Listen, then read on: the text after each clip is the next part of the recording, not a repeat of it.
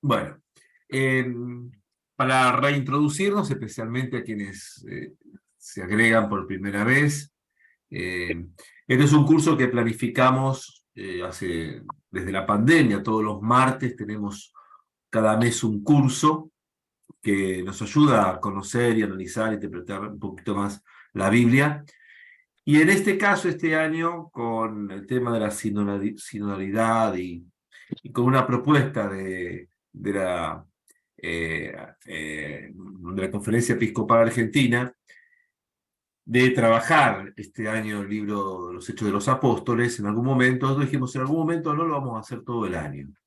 Entonces vamos a convocar a cada uno de los profesores que queremos, que los conocemos, que sabemos su trayectoria, para ir metiéndonos en este libro que ya empezamos a ver desde el mes pasado, que realmente es una cosa maravillosa como libro. En este caso vamos a meternos en el tema de la comunidad del libro de los Hechos, y la idea justamente es que todas esas cosas que vamos viendo la podamos revisar para nuestras comunidades y para nuestros grupos y para nuestra iglesia. En este mes, Gabriel Rodríguez, un profesor licenciado en Sagrada Escritura, profesor de la Facultad de Teología de la UCA, el sacerdote de la Diócesis de San Martín, da clases en varios lugares. Hoy y este mes tiene la generosidad de acercarse con nosotros para tratar el tema justamente de la comunidad. Entonces, en este rato, Gabriel, que además con un esfuerzo muy grande que se le descompuso su computadora, hizo todo lo posible para poder lograr conseguir otro aparato y qué sé yo, así que bueno, eh, agradecemos a Gabriel que brinda todo este esfuerzo y este trabajo. Bien, así que entonces, si les parece, ya largamos. Hola, Gabriel. ¿Cómo están? Buenas noches, gracias por la presentación. Soy de la diócesis de San Martín, por si preguntan dónde estoy en San Martín. Párroco también en una comunidad, María Auxiliadora, que estamos preparando las patronales también este mes. Así que, y está bueno esto de empezar a ver un poquito el tema de los Hechos de los Apóstoles, que este año está de moda, así que hablar bien. ¿Y cuál es mi idea? Primero, yo no por faltar el respeto a nadie, sino como es un público tan diverso de tantos lados, voy a suponer que nadie sabe nada. Entonces voy a empezar bien lento, bien de a poquito, y me van diciendo cualquier pregunta, lo que quieran, me paran y me preguntan, ¿sí? Hoy lo dedicaré a una introducción, más que nada, a la obra de Lucas, ¿sí? Y al libro de Hechos de los Apóstoles. Todo lo que veamos, ¿sí? Y lo que vamos haciendo es con un fin, que puedan actualizar esa palabra en la vida de cada uno de ustedes. Y siempre vamos a empezar a hablar, a ver una parte más mía que va a ser de explicación y de interpretación y de mostrar los textos, pero también en que en base a esa interpretación podamos juntos actualizar esa palabra, a ver qué nos dice ese texto al hoy de nuestras comunidades, al hoy de nuestras iglesias, ¿sí? Bien. Perfecto. Les iba a decir otra cosa más que ya me empiezo olvidando, cuando me acuerda se las digo. ¿Bien? Bien. Como saben, ¿sí? El libro Hechos de los Apóstoles va junto con otra obra, que es el Evangelio de Lucas. Cuando Lucas escribe su obra, escribe Lucas y Hechos. ¿Sí? ¿Cómo me puedo dar cuenta que esas dos obras van juntas? Les doy un tip. ¿Tienen Biblia a mano? Sí. Busquen Lucas, ya les digo.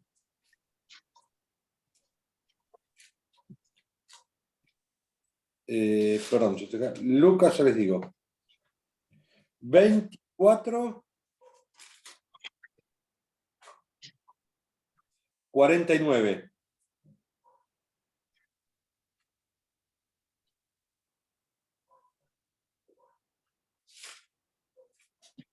El que lo encuentra lo lee. Y he aquí yo enviaré sobre vosotros la promesa de mi Padre, pero vosotros permaneced en la ciudad hasta que seáis investido con poder de lo alto. Bien. ¿Cuál es esa promesa del Padre? La venida del Espíritu Santo, ¿Y dónde leemos eso?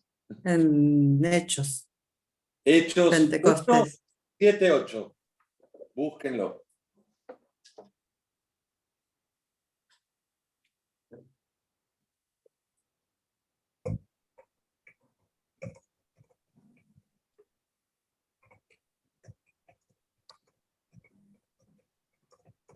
¿Leo? Eh, Él les contestó, no es cosa vuestra conocer el tiempo y el momento que el Padre ha fijado con su propia autoridad. Al contrario, vosotros recibiréis una fuerza cuando el Espíritu Santo venga sobre vosotros, y de este modo seréis mis testigos en Jerusalén, en toda Judea y Samaria y hasta los confines de la tierra. entonces, por un lado, la promesa que habla en Lucas nos cuenta en Hechos. ¿Cómo empieza el libro de los Hechos? 1:1.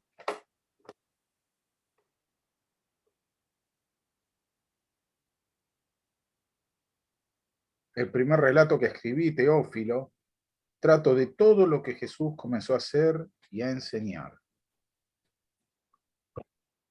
Desde el principio, ¿no? Hasta el día que subió al cielo, después de haber dado sus instrucciones bajo la acción del Espíritu Santo a los apóstoles que había escogido.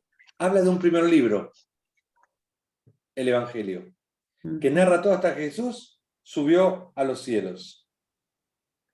Entonces fíjense cómo las dos obras van juntas. Por un motivo canónico, no histórico, sino de orden canónico en los libros, se decidió poner todos los evangelios juntos, Mateo, Marcos, Lucas, Juan, que hablan de la venida de Jesús, y luego Hechos, que nos cuentan qué es la vida de la iglesia, que nos comunica con las cartas paulinas, con las cartas pastorales, ¿sí? Pero tengan en cuenta que Lucas escribe su obra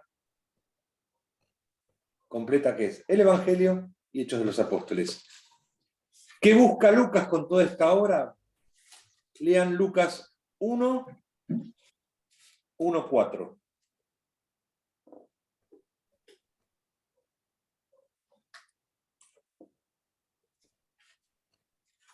Así comprenderás con certeza las enseñanzas que has recibido.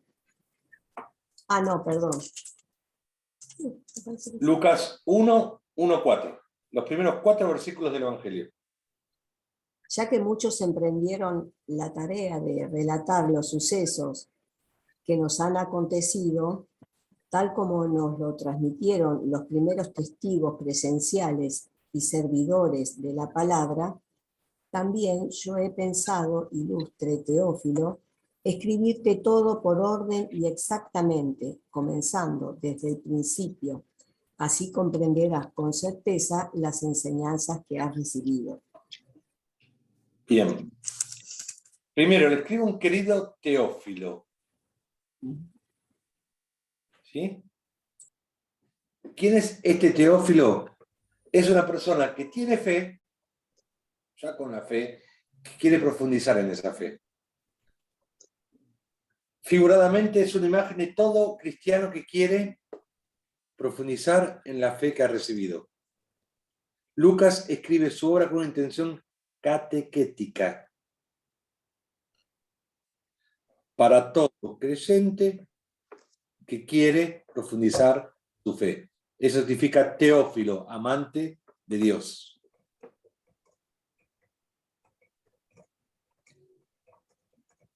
¿Qué hizo para eso? Lucas no fue testigo ocular de Jesús.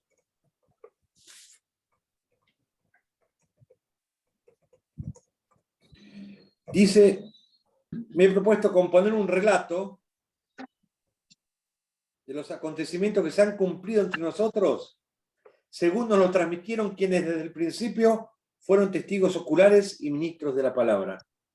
O sea, él va a transmitir lo que sabe de los testigos oculares. Lucas no fue un apóstol, entonces. Todo lo que los apóstoles contaron y vieron de Jesús, Lucas lo va a recolectar, la mayoría son texto oral, algunos textos escritos, lo fue juntando y crea su evangelio, su obra, ¿sí? Cuando digo obra, recuerden, evangelio y hechos, su obra con eso. Por eso estamos hablando que es un cristiano de la segunda generación de cristianos. ¿La primera cuál fue? La de los apóstoles, los testigos directos. ¿Sí? Este es un cristiano de la segunda generación cristiana que vive en una cultura helenística dentro del Imperio Romano.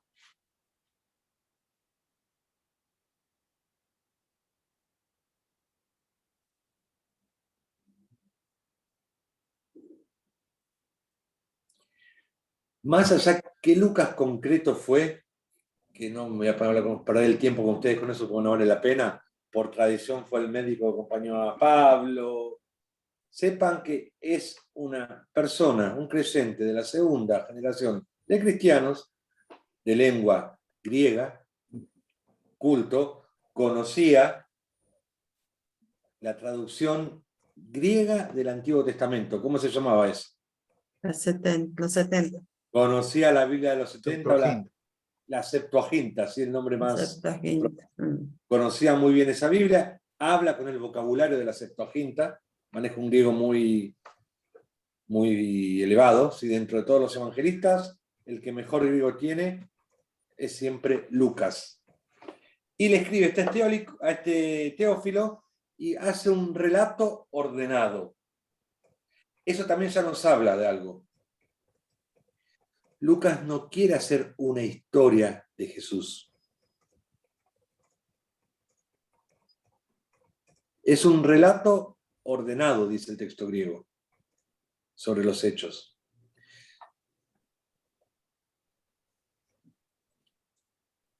¿Qué busca Lucas con esto? Una interpretación teológica de los hechos, que es diferente a una historia civil.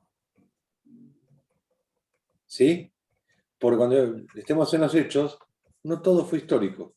No es un libro de historia. Que ahora les voy a contar qué busca con los hechos Lucas. ¿Sí? Pero es un relato ordenado de los testigos oculares, que él recibió y que ahora le va a transmitir a este Teófilo. ¿Vamos bien? Bien. ¿Qué le está pasando a esta comunidad?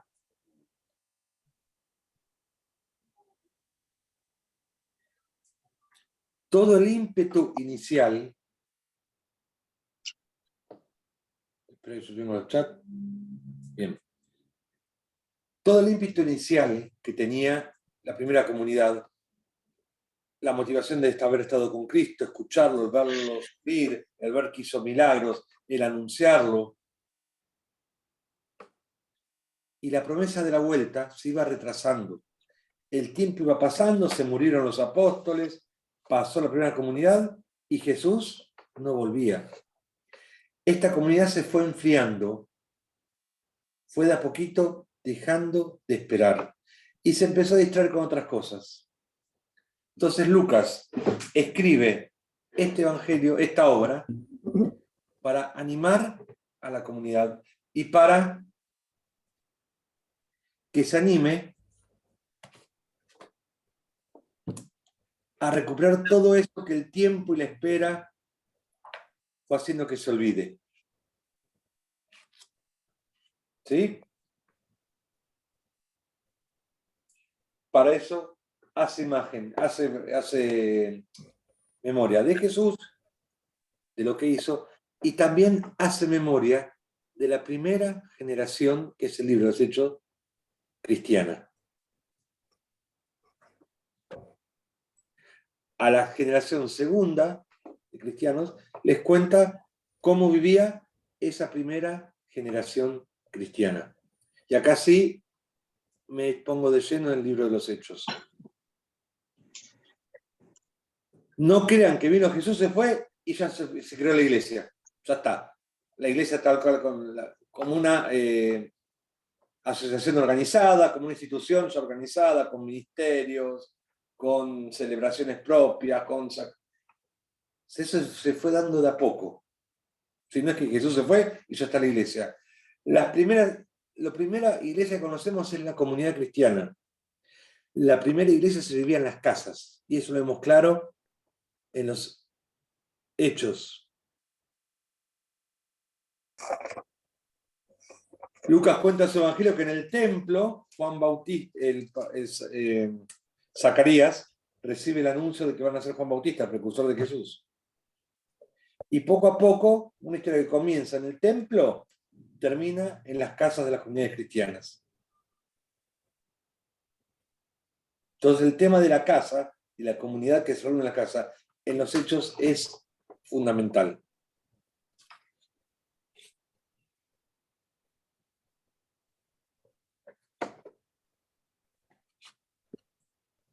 Entonces, los Hechos nos describen qué pasó en el periodo que va desde la ascensión de Jesús hasta la institucionalización de la iglesia. ¿Cómo vivieron esos? Y por eso acude a la memoria de las primeras comunidades. Así, esta segunda generación de cristianos revé cómo vivían estas primeras comunidades, qué cosas hacían, y a partir de eso recuperar lo que fueron perdiendo con el tiempo. Y esa es la propuesta que yo les hago con este cursito de un mes. Animarlos a que relean los Hechos de los Apóstoles, vean cómo estas primeras comunidades vivieron su fe, y animarse a ver en mi comunidad hoy qué cosas debo recuperar.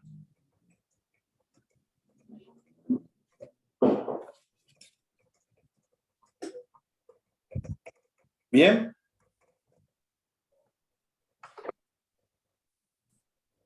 Me olvidé de algo importante. ¿Cómo divide Lucas a la historia? Eso. ¿Sí? Para Lucas la historia es lugar de salvación. En la historia Dios salva. No son solo hechos civiles, sino es lugar de salvación.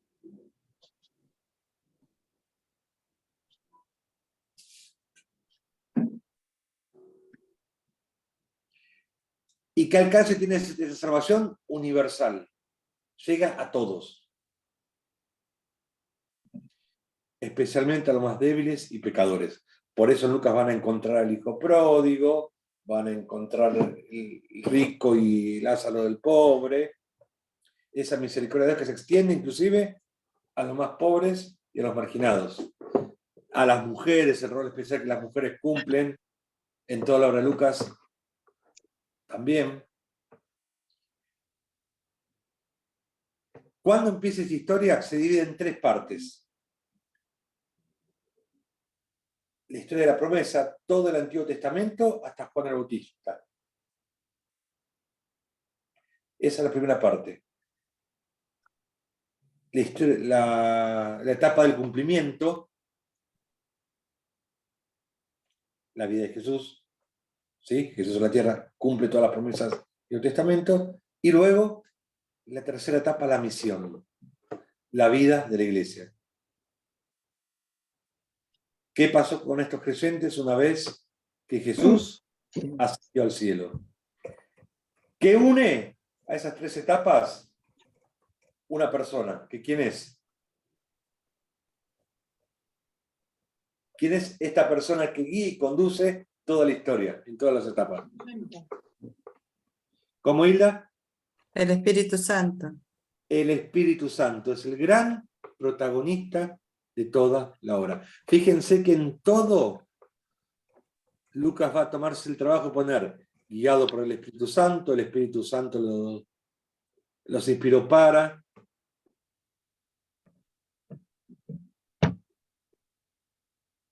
¿Sí? Entonces es el gran protagonista. Y acá hay una de las claves interpretativas de toda la obra de Lucas. Leerla desde la perspectiva del Espíritu Santo. Y buscar la presencia y la acción del Espíritu Santo en cada uno de los hechos narrados en el libro.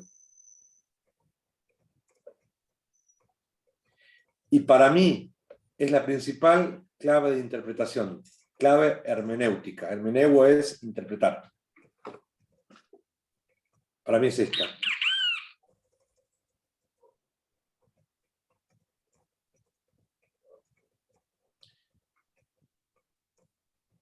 Bien. Otra clave de interpretación, que también es válida, es desde la perspectiva de la misión. Hay algo muy lindo. La palabra de Dios se va difundiendo a través de las primeras comunidades. La vivencia de la palabra en las primeras comunidades es lo que hace que esta palabra se vaya dispersando por todo el mundo. Al punto que el crecimiento del movimiento de Jesús es directamente proporcional con el crecimiento de la palabra. Y en 3 lugares dice esto. Hechos 6, 7.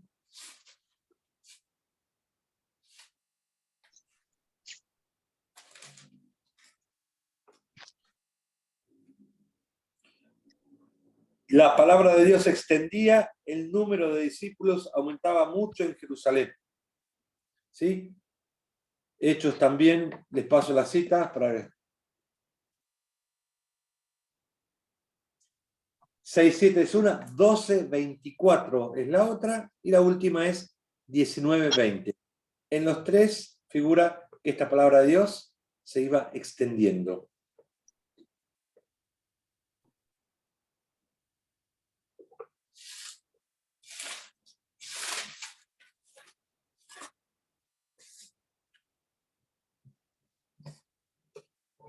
Bien.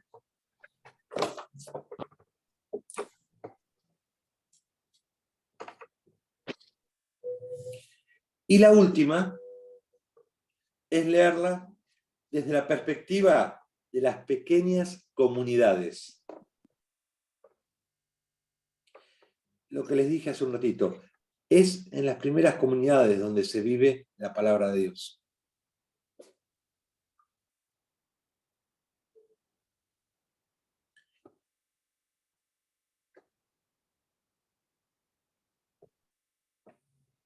Y así queda claro cómo Lucas desde el templo, parte del templo y llega a la casa. En las casas donde se forman las primeras comunidades,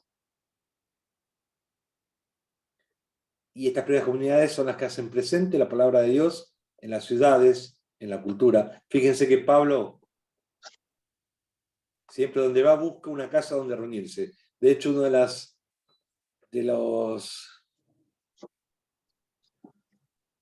estrategias misionales de Pablo era buscar una familia pudiente, hacerse amigo, no para aprovecharse de la familia, sino ¿por qué? Porque tiene una casa grande que le permite formar una iglesia ahí. Buscaba grandes ciudades, grandes poleis, ¿sí? Ciudades porque había mucha gente, eran muy transitadas. Ahí buscaba familias pudientes con grandes casas donde formar y reunir a las primeras comunidades cristianas, ¿sí? Pero es la casa. ¿Qué vivían estas comunidades hogareñas? La koinonía, tenían todo en común. La solidaridad, se servían unos a otros de tal forma que no había necesidades entre ellos. Y juntos celebraban la Eucaristía.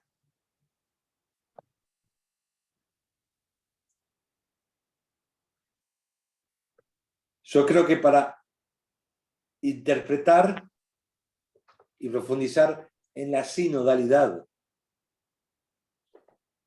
es bueno esta clave de interpretación. ¿Cómo vivían las primeras comunidades? ¿Qué hacían?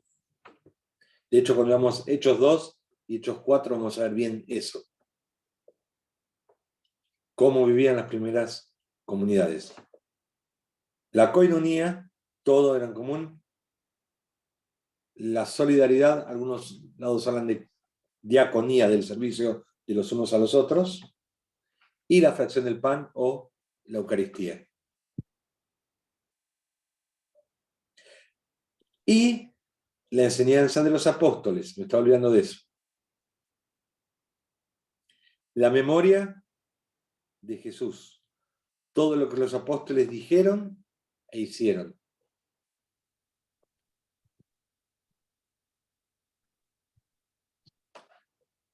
Así la palabra, que no era el libro, sino que era la memoria de Jesús mismo, se iba difundiendo por todos lados.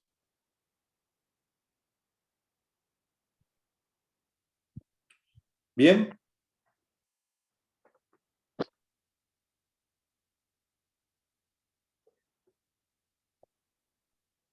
¿Alguna pregunta hasta acá? ¿Tan claro soy? Yo tengo una pregunta. Gracias, dale. No, porque vos hablás de las pequeñas comunidades. Y a mí se me representa solamente que en la parroquia donde yo estoy, el Sagrado Corazón de Jesús de Boulogne, San Isidro, Sí. deben pasar más de 500 personas el fin de semana por la iglesia, de las cuales muchísimas desconozco, y a pesar que hacemos un esfuerzo para ver y estar atentos, nos queda esa sensación como que no llegamos a todos, ¿no? ¿Cómo juega esto de la masividad?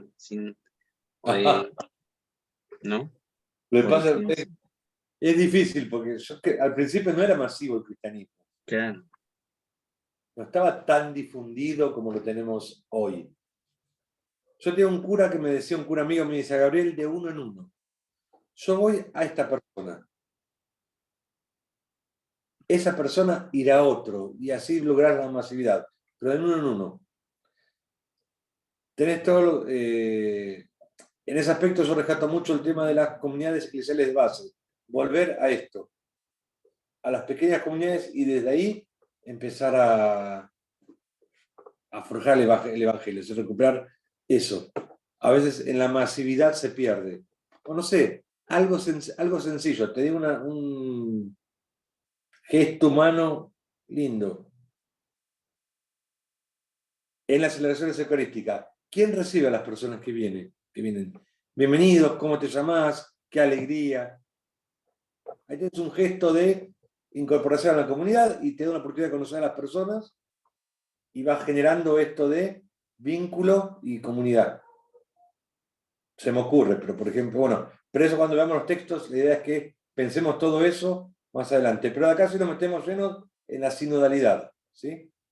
Sin estas notas esenciales es imposible hablar de hacer caminos juntos. Podemos hacer un montón de caminos, pero seguramente no van a ser caminos juntos, van a ser caminos individuales. La iglesia se convierte en una sumatoria de caminos individuales. ¿Bien?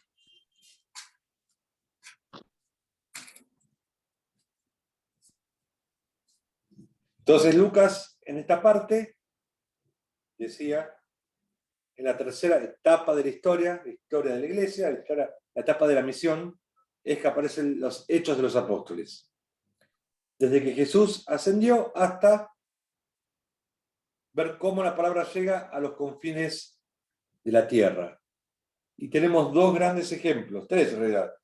La primera comunidad de creyentes, Pedro y Pablo. Y especialmente Pablo. Son paradigmas de misión. Y con Pablo, la palabra va a llegar a los confines de la tierra, que en el caso del Hechos es Roma. ¿Sí?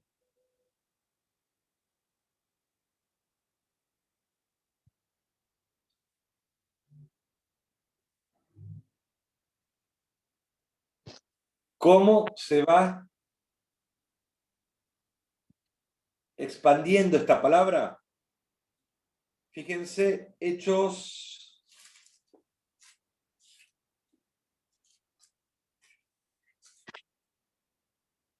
1:8. Vuelvan a leer ese versículo, por favor.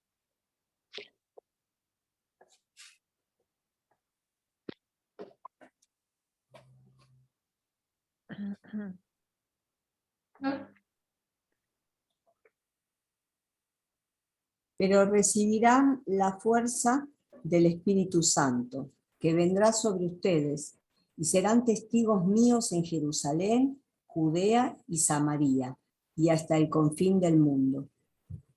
Bien. Primero, recibirán la fuerza del Espíritu Santo.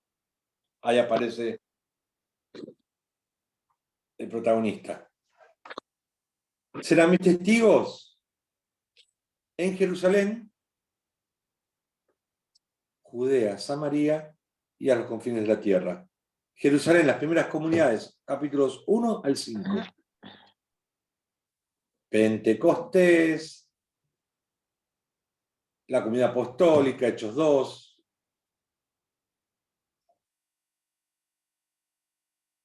Hasta que se suscita un problema, Hechos 6 en adelante. Las viudas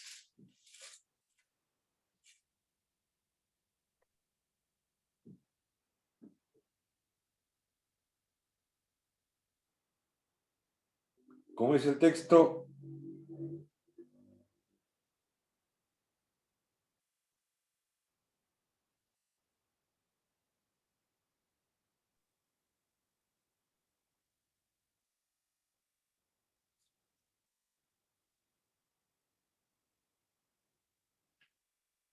dice, por aquellos días, debido al grupo de los discípulos era muy grande, los creyentes de origen helenista murmuraron contra los de origen judío. O sea, tenemos en las comunidades helenistas y judíos, ¿sí?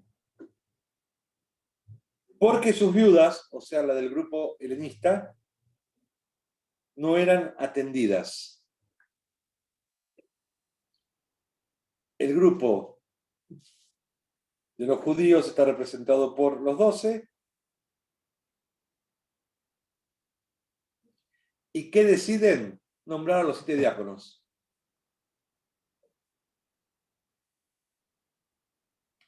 Para que atiendan a las viudas. Y con esto, Lucas ya nos va poniendo para la segunda parte de su libro de los Hechos. La evangelización de Samaria y de Judea. Sale de Jerusalén. Porque el grupo de sirenistas deben salir por la persecución de Esteban disparados para que no los maten y llevan la palabra por Judea y Samaria. 1 a 5 en Jerusalén 6.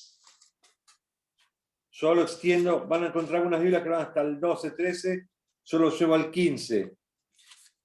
Porque en el 13 ya empezamos a ver el primer viaje misionero de Pablo. Y en torno a este viaje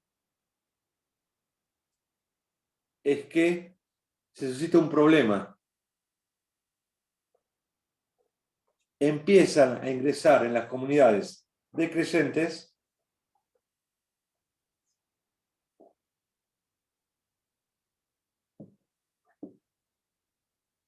no judíos, paganos, que no conocen la ley judía, no están circuncidados, no respetan sus costumbres, y se llaman creyentes igual que los cristianos que provienen del judaísmo, que siguen viviendo como cristianos las costumbres judías. Entonces, ¿qué hacemos? Lo primero es, se produce un choque entre las dos comunidades, helenistas paganos con los judíos. ¿Cómo solucionamos esto? Y Pablo va a Jerusalén para tener la asamblea de Jerusalén, que llega hasta capítulo 15 entero, que les voy a proponer que leamos, ¿les parece? Ujú. Perdón, pero todavía no me quedo adelantar. Bueno, ahí se tomó una decisión y del 15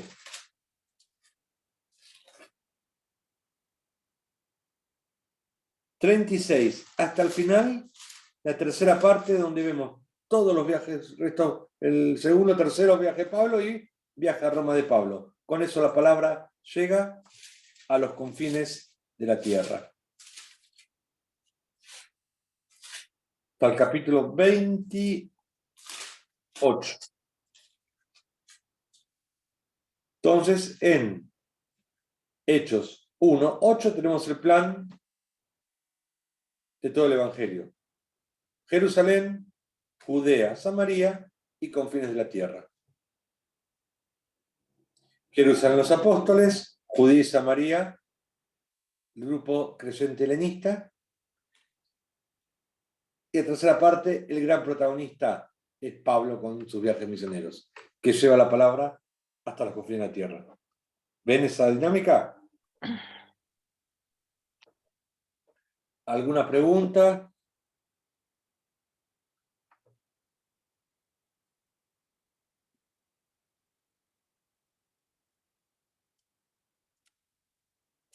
Lo último que era Hechos 15:36 al Sí. 28, hasta el final. 28, ya te digo el versículo.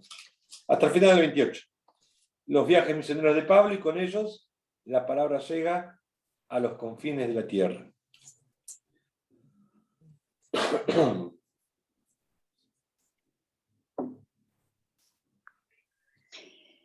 ¿Podríamos decir que realmente que Pablo es el fundador de la iglesia? Jesús es el fundador de la iglesia. Ah, no, porque como hay muchas, se escuchan interpretaciones Pablo es respecto de... el gran difusor y misionero, eso sí. Y fundó comunidades creyentes, es verdad. Eso sí. Pero decir fundador de la iglesia, yo tengo que decir fue Jesús. Es Jesús. Como iglesia, ¿no? Como comunidad de creyentes. Gracias, Alicia. Te hago otra cosa. Cuando hablo de iglesia, tienen que hacer un ejercicio. Olvidarse la estructura de iglesia que hablamos hoy.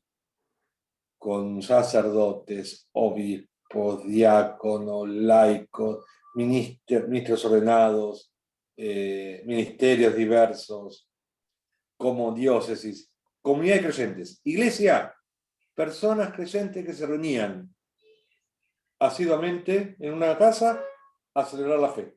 ¿Sí? ¿Bien? ¿Por qué? Les repito, Hechos narra las peripecias de los primeros 30 años de la iglesia a la segunda comunidad cristiana. Por eso esta obra fue escrita, me olvidaba de eso, entre los años alrededor de los 80, 90. ¿Sí? Después de Cristo. Es imposible que lo escriba un apóstol.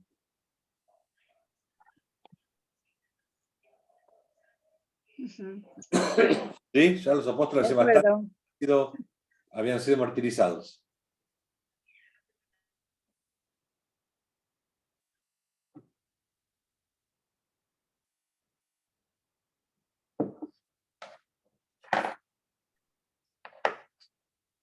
¿Sí?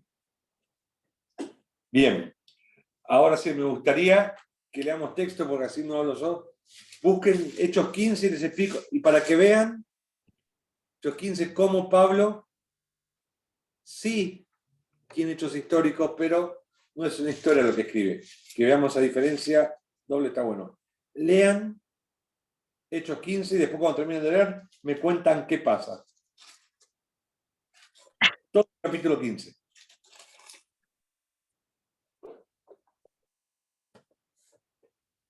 Los pongo de vuelta en contexto. Pablo vuelve de su primer viaje misionero con Bernabé y tiene un problema.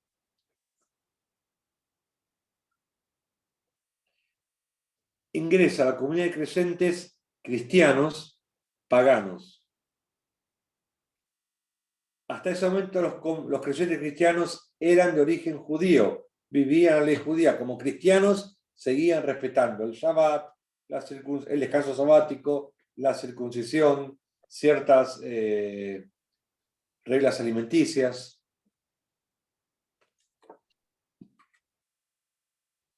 Estos que viven el paganismo no conocían nada de eso. Entonces, ¿cómo hacemos para unir ambas cosas? Pablo va a Jerusalén con el resto de los apóstoles y hacen este concilio o asamblea de Jerusalén. Así que léanlo un ratito, me avisan cuando terminaron y después me cuentan qué pasa.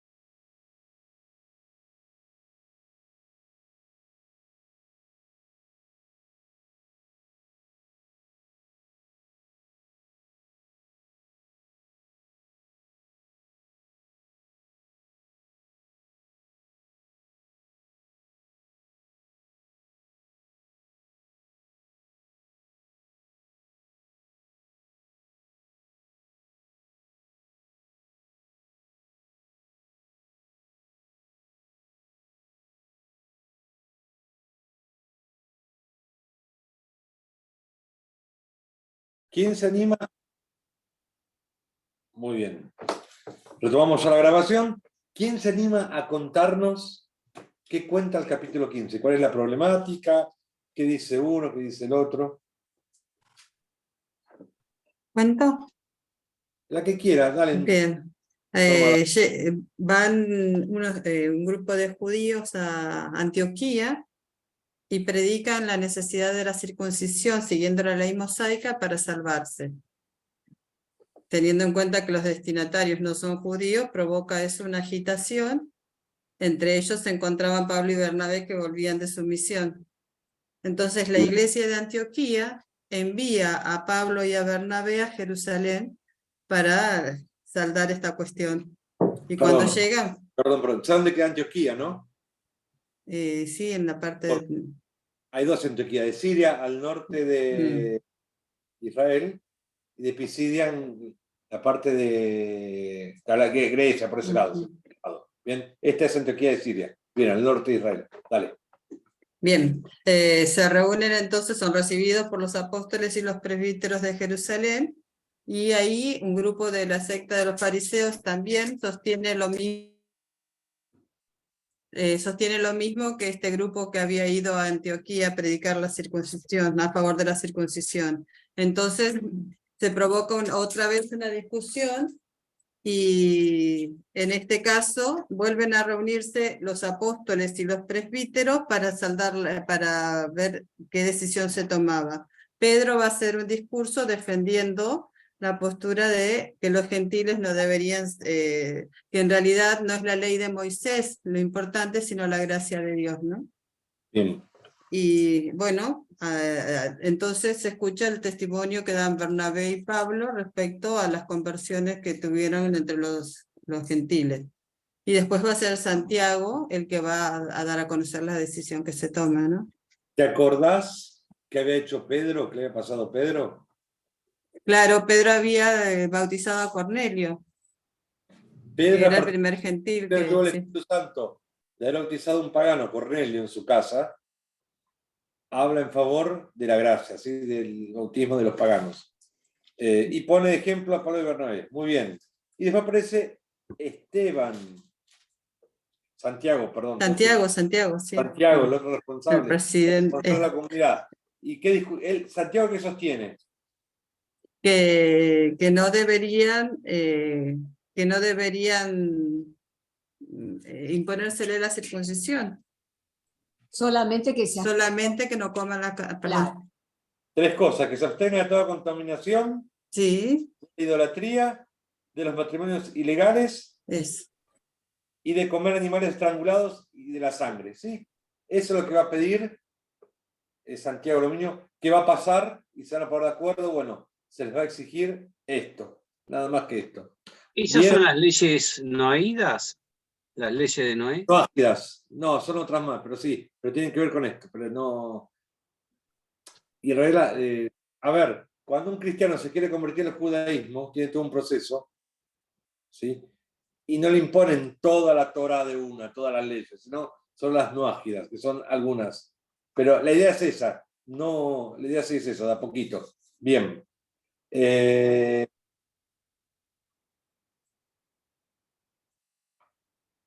lo Y a que- partir de ahí saldrá la primera carta apostólica en la que se va a escribir esta. Y Pablo y Bernabé regresan con ella, ¿no? A Bien. Antioquía. Ya saben que el criterio es este. Solo imponerle estas cosas. Ni circuncisión, ni Shabbat.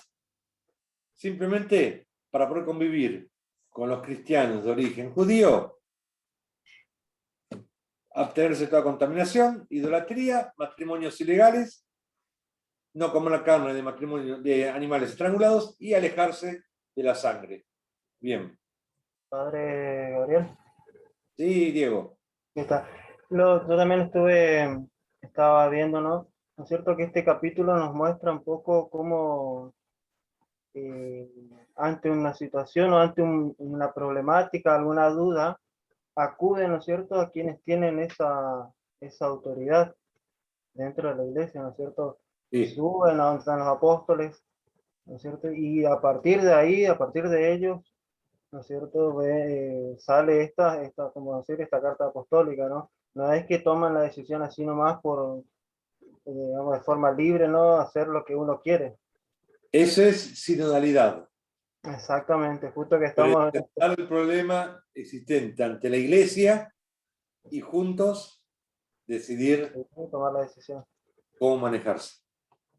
Sí. Por eso elegí este capítulo, gracias, Diego. Entonces dije, vamos a leer esto. Bien. Estos días, el fin de semana pasado, tuvimos en Galilea, acá en la diócesis, y yo me acordaba de estos capítulos de los Hechos y les hacía mención en una reunión que tuvimos, digo, me hace recordar, ¿no es cierto?, a los Hechos de los Apóstoles, donde las primeras comunidades se reunían y planteaban, tanto con los presbíteros, los apóstoles, planteaban las situaciones que iban viviendo. Sí.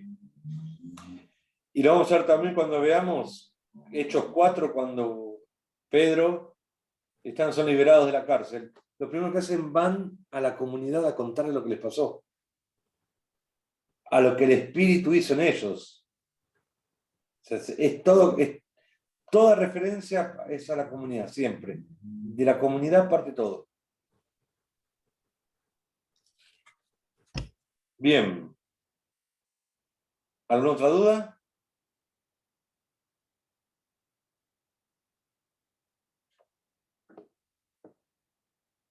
Duda no, pero aquí están dos cosas que mencionaste antes, ¿no? Primero que son enviados por la iglesia de Antioquía y después que cuando se toma la decisión es el Espíritu Santo y nosotros decidimos, Claro. ¿no? De vuelta, sí, es todo, es eso referencia siempre, a todo.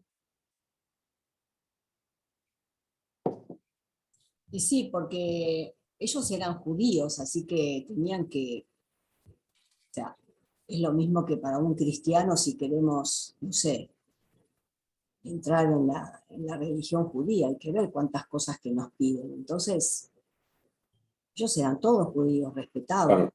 las leyes y todo, ¿no? O sea, la circuncisión.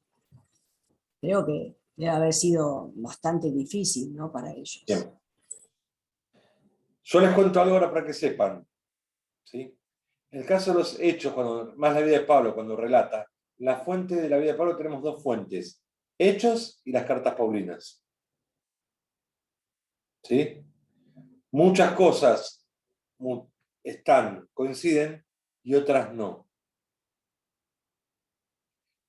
Cosas que narran los Hechos no aparecen en las cartas, cosas que narran las cartas no aparecen en los Hechos. Obviamente que ante la disidencia, ¿a qué le vamos a creer? ¿A Lucas o a Pablo? A Pablo, porque por ejemplo Pablo. la actitud de Pedro no fue la que se cuenta acá en Hechos. Pablo le reprocha a Pedro su actitud, ¿no? Sí, porque con ese episodio, Pablo está en Antioquía, envían de Jerusalén qué pasa, qué está pasando ahí, va Pablo a auditar esa comunidad, Pablo llega, convive con esos, come lo que ellos comen, comparte, está, hasta que le mandan a Santiago. Claro. ¿Qué pasa? No vuelve. Y Pedro vuelve atrás todo lo que había hecho, adquiere y toma de vuelta la posición oficial de la iglesia de Jerusalén.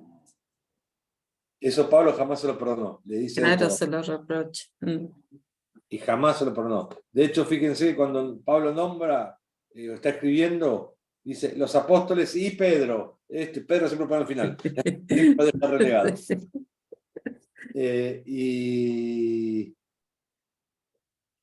Bien, acá tenemos un caso en el cual Lucas toma datos de las cartas de Paulinas y los cambia, los acomoda según su intención. Fíjense, lean Gálatas 2, 1, 10.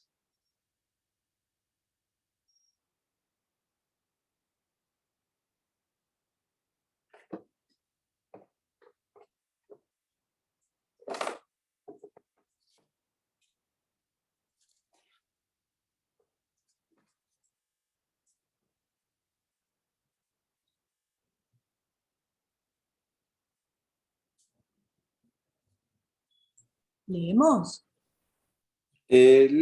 Alguien, léelo, por favor. Léelo, sí. Pasados 14 años, subí de nuevo a Jerusalén con Bernabé y llevando conmigo a Tito. Subí siguiendo una revelación.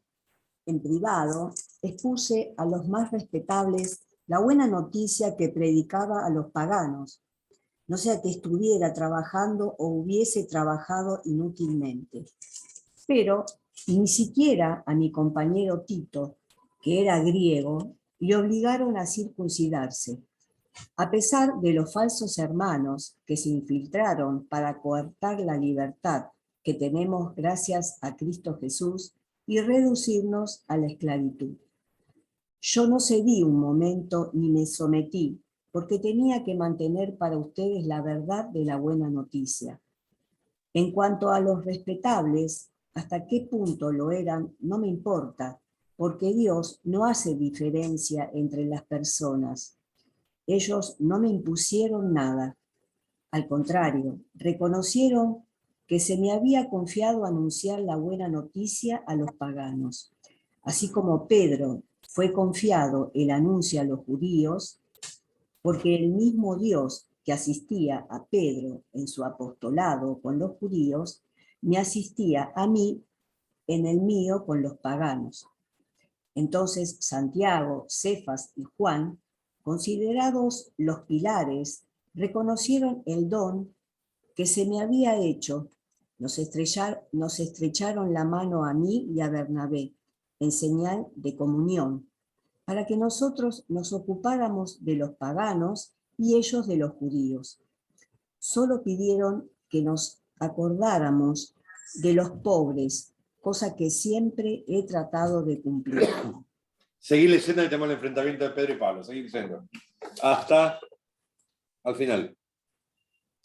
Cuando Cefas llegó a Antioquía, me enfrenté con él abiertamente, porque su conducta era censurable, ya que antes de la llegada de algunos enviados de Santiago, solía comer con los paganos. En cuanto llegaron, dejó de hacerlo y se apartó por miedo a los judíos. Los otros judíos cristianos se pusieron a disimular como él, hasta el punto que incluso Bernabé se dejó arrastrar a la simulación. Cuando vi que no procedían rectamente según la verdad de la buena noticia, dije a Pedro en presencia de todos: si tú, que eres judío, vives al modo pagano y no al judío, ¿cómo obligas a los paganos a vivir como judíos? Allí el problema entre Pablo y Pedro. Pero fíjense, en el discurso de Jerusalén, capítulo 15, ¿sí? Acá son dos hechos diferentes. Pedro y Pablo con los apóstoles y después el enfrentamiento con Antioquía. El discurso de Pedro, de Hechos 15, correspondería al segundo viaje a Jerusalén. Pedro, Pablo, Tito, que deciden. Y el discurso de Esteban correspondería al incidente. En el primero no ponen nada de acuerdo, que cada uno viva libremente sin imponer nada. Es la postura de Pedro en el discurso. Con el incidente no, bueno, se imponen ciertas cosas. Es Esteban. Y al edicto quedó el recurso Esteban. Pero fíjense cómo Pablo toma material precedente y lo va trabajando como a él le parece. Lo va cambiando, lo va juntando. Lo mismo que los hechos, lo verán, hay famosos cursos de nosotros. Está hablando en tercera persona, de repente aparece un nosotros, fuimos, que dicen que eso correspondería a una bitácora de viaje, de un solo viaje, el último viaje de Pablo, ¿sí? Algún tripulante que escribió ese libro. Pablo tomó ese libro y lo fue poniendo en diferentes partes del libro de los Hechos. Esa bitácora, y la fue poniendo en diferentes partes, porque parecerían diferentes libros, pero está comprobado que pertenece todo a una misma bitácora de viaje. Pero Pablo toma este material y lo va organizando de acuerdo a la intención que él tiene. Por eso los Hechos no es un libro de historia, es una historia interpretada de la fe. Una historia con intención catequética. ¿Sí? Después pueden llegar a escuchar por ahí que hay dos grandes manuscritos. Uno antioqueno, se los leo para que lo sepan bien, es esta acá.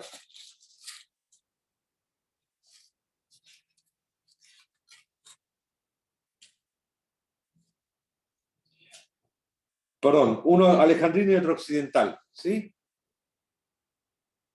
Alejandrino es Alejandría, Egipto, y occidental. Se supone que cuando el libro de los Hechos estaba en manuscritos estaban estos dos grandes, siendo el alejandrino más breve que el occidental. El occidental era más desarrollado, más explicado.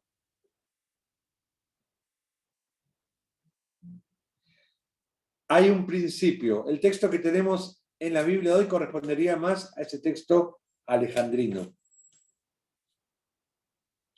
¿Por qué se optó por ese? Porque hay un principio básico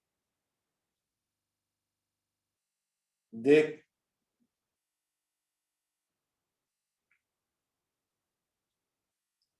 crítica de la verdad. Bueno, cuando tengo de un texto dos versiones del mismo texto,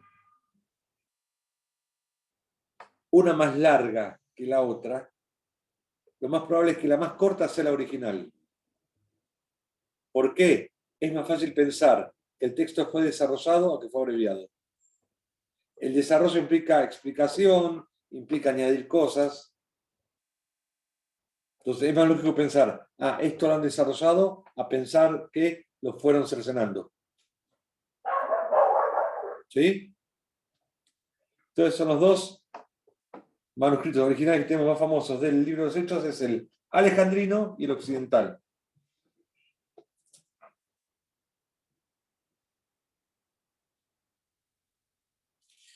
Y por último, les dejo cuál es el mensaje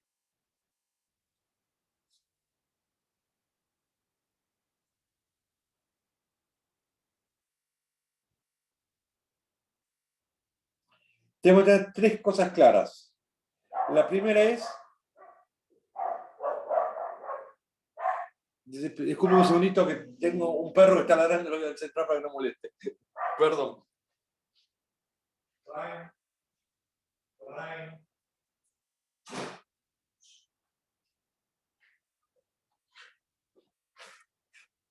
Perdonen, bien. ¿Qué iglesia habla en los Hechos de los Apóstoles? Se los dije, la primera generación cristiana en la que aún vivían los apóstoles.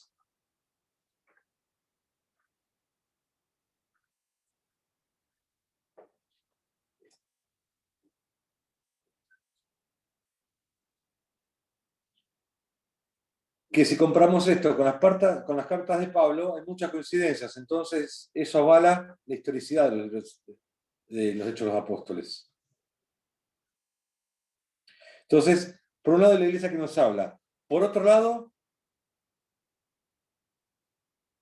la iglesia que nos presenta. Una cosa es la iglesia histórica, otra cosa es la iglesia que se presenta.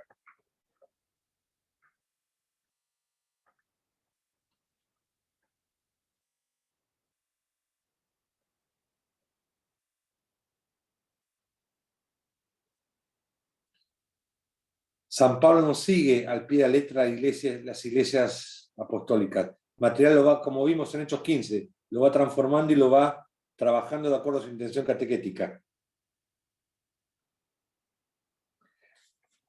Armoniza episodios que pasan en lugares diferentes, en épocas diferentes.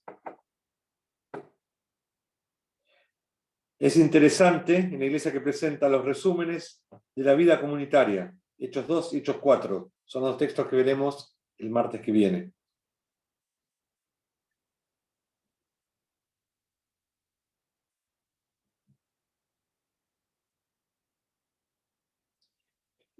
Y esta iglesia que nos presenta de las comunidades es un modelo de vida cristiana para los cristianos de la segunda generación y para nosotros. Entonces nos presenta la iglesia, la primera comunidad creyente, que es iglesia modelo para nosotros.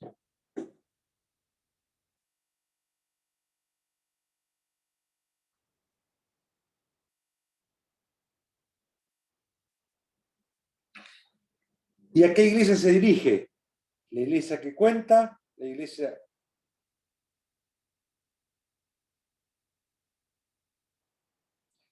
que nos habla, la iglesia que nos presenta y la iglesia a la que se dirige. Es una segunda comunidad de creyentes, una iglesia desalentada. Está pinchada, Jesús no viene, se va perdiendo el fervor original.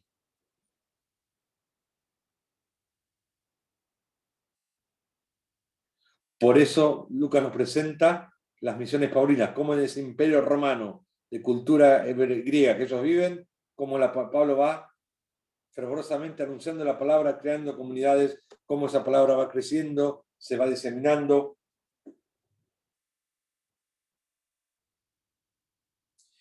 Y con eso dice claro que el imperio romano que ustedes están viviendo, esa cultura helenística, es el espacio ideal para vivir el proyecto de Jesús y recibir la salvación que Jesús trae.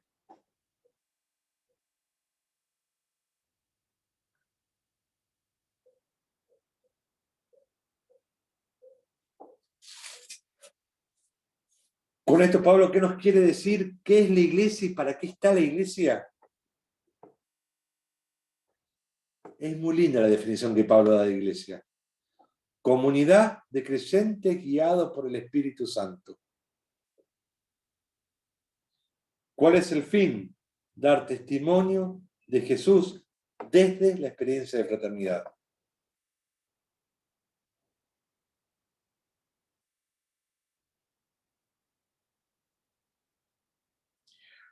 Por eso es un libro impresionante para hablar de sinodalidad, que básicamente es eso, dar testimonio de Jesús desde la experiencia de fraternidad, de vivir la fe junto a otros. Sinodalidad no es solo gestar proyectos comunes, hacer cosas juntos, sino es vivir fraternalmente y desde esa fraternidad generar proyectos. Que de la comunión de vida salga comunión de actividades, digamos, ¿no? De proyectos pastorales.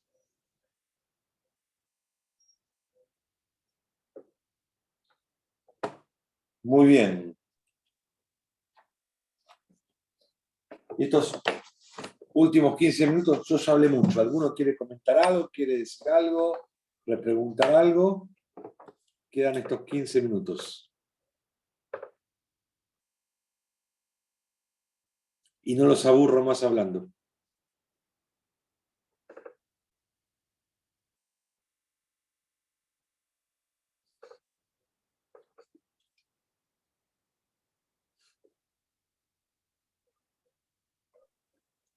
Podemos compartir más, sino también de preguntar lo que Sí. fue la experiencia de todo que Gabriel nos fue desarrollando y por donde fuimos caminando, las repercusiones que por ahí mueven nosotros esto, ¿no? También.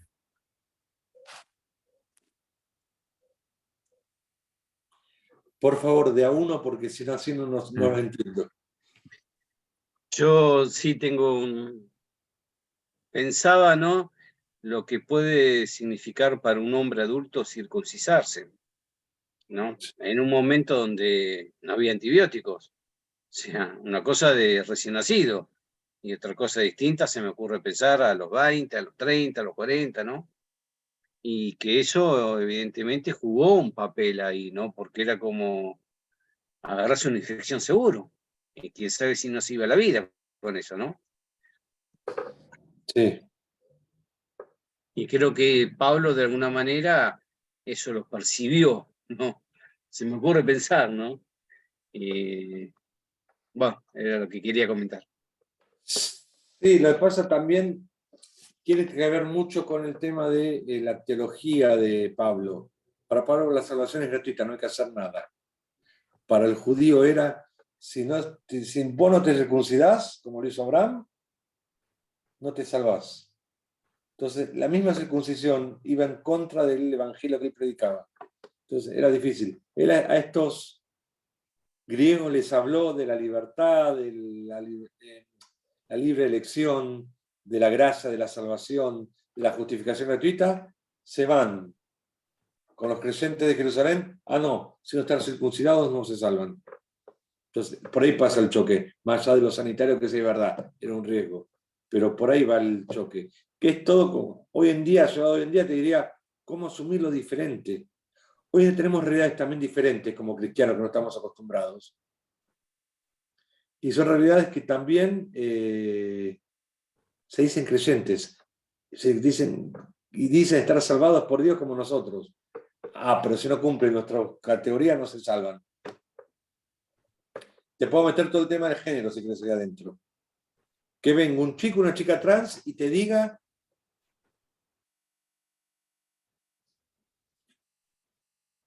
tengo fe, Dios murió por mí. A uno le sale un montón de cosas adentro que piensa que... ¿Y cómo aceptamos eso? Es lo mismo, es cómo aceptamos lo que no es como nosotros, lo que no cumple nuestros estándares de costumbres, de ritos, de... Esto es un tema. Sí. Yo pensaba en eso cuando José Luis dijo actualizar qué ecos genera esto en nosotros, ¿no?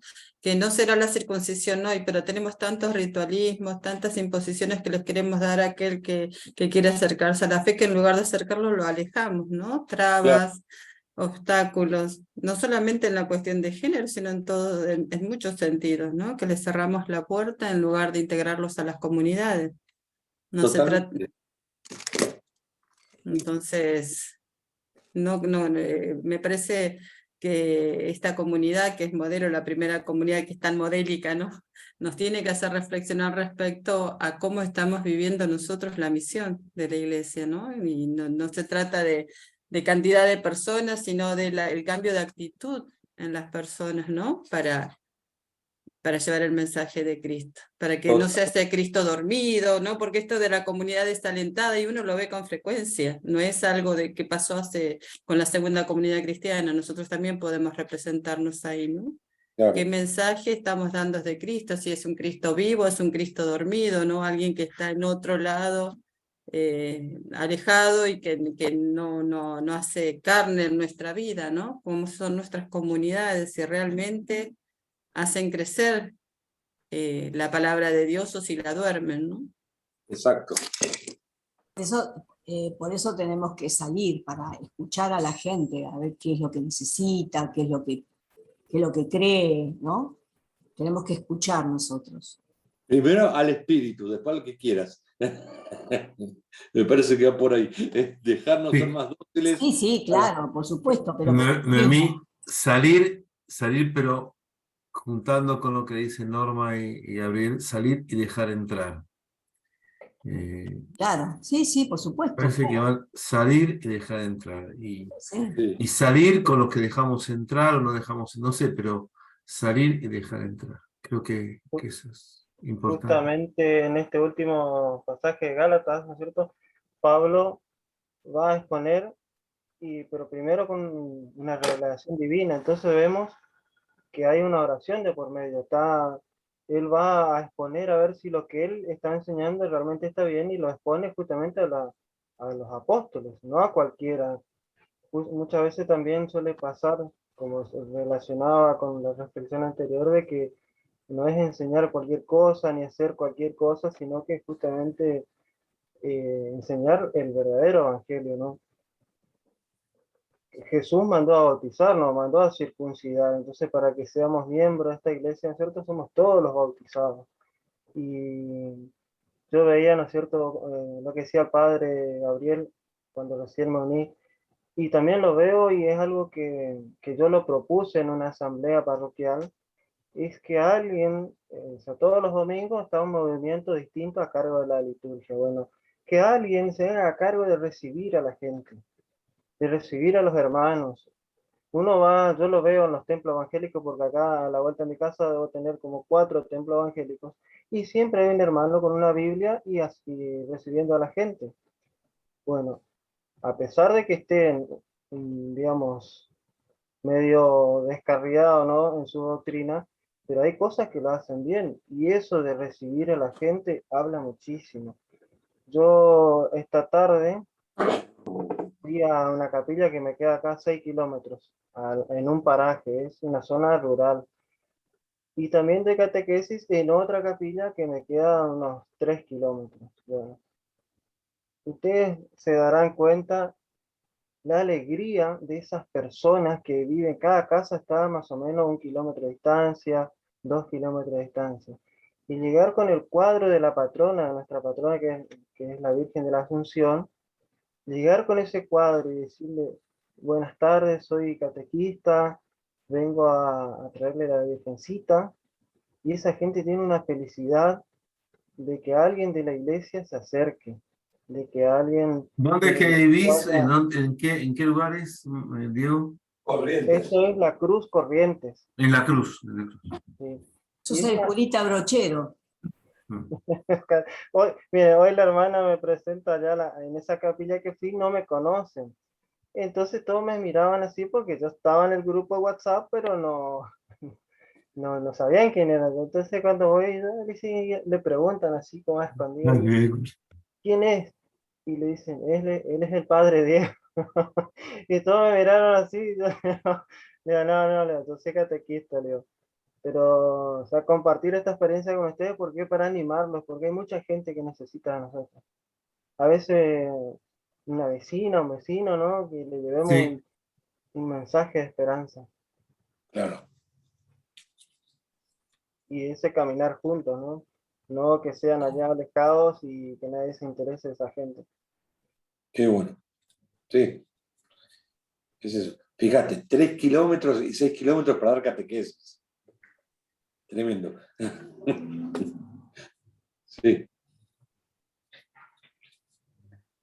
¿Alguno quiere comentar o comentar algo más o alguna luz que le ha dado el libro? Yo espero haberlos animado porque se animen a leerlo. Para mí es un libro muy lindo.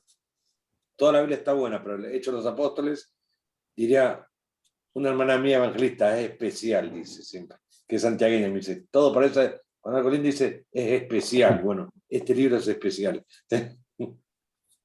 A mí lo que me resuena es que la verdad que Pablo, o sea, la comunidad lo esperaba a Jesús, y eso debería ser dificilísimo para Pablo, o sea, responder, ¿no? Porque, o sea, la comunidad esperaba a Jesús cuando él vuelva.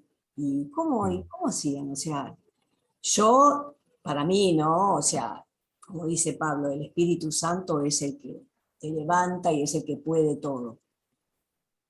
Porque, ¿cómo la comunidad esperaba ver a Jesús? O sea, hasta que él vuelva. Entonces, no es nada fácil. No. Por eso digo, nosotros ahora acá tenemos que también salir y anunciar. Hay que volver al querigma, que es lo que hicieron los apóstoles. Hay que gritar, hay que salir a gritar el querigma, que Jesús murió por todos. Sí, totalmente de acuerdo, que es lo que nos está faltando. Diego hablaba de los comunidades evangelistas. Fíjate que a un evangelista se le vive cayendo Dios de la boca. Te habla y Dios, al punto que a veces mismo uno como creyente dice, qué pesado, para un poco. los católicos somos el polo opuesto. Cuanto más desapercibidos y más callados podemos pasar, pasamos. Sí. Por eso yo digo siempre de ser la cara de Jesús, ¿no? Estar presente, no importa, o sea, de qué vamos a decir ni estudiar tanto, o sea, lo más importante es la presencia, que vos anuncies. O sea, Sí. eso es. Y que peligros va a haber siempre. Porque otra cosa que te obstáculo, no es peligroso, siempre fue peligroso. De hecho, los apóstoles los mataron todos por anunciar. ¿Sí? Si tuviéramos que morir como los apóstoles para anunciar el evangelio, creo que más de uno. Vos te lo reís, yo pienso en eso, a veces digo, antiguo. Sí. A veces veo cuando las cosas van empeorando, digo, ¿y si es la voluntad de Dios en esto? Si es parte de un proceso histórico, de un proceso de salvación, de historia de salvación, y poderme decir, bueno, en esto entra en un proyecto de Dios, en otro, digo, también está bueno mirarlo así. Fíjate que los judíos quisieron matar a Esteban para acabar con la fe. Fue lo que hizo que la palabra pasara a Judea y a Samaria y saliera de Jerusalén. En vez de callarla, la multiplicó. Entonces está bueno también saber releer la historia como historia de salvación desde el Espíritu Santo, desde lo que el Espíritu Santo va obrando y va haciendo los demás. Sí. Creo que entonces podemos cerrar el día de hoy con este final que me parece muy comprometedor. Y bueno, nos conectamos de nuevo la próxima semana. Ahora subimos en un ratito la clase para los que no pudieron verla y poder disfrutar un poquito más. Los que quieran saborear un poco más la clase. Así que bueno, gracias Gabriel, entonces seguimos la semana que viene. Si Dios quiere, la semana que viene venimos con PowerPoint, con todo. Toma, mira, Muchas gracias. por las dudas. Gracias. Gracias, Gracias por todo. Gracias a ustedes. Bueno, Hasta gracias. luego. Buen fin de semana para todos. Gracias. Y buena semana, buena semana. Gracias.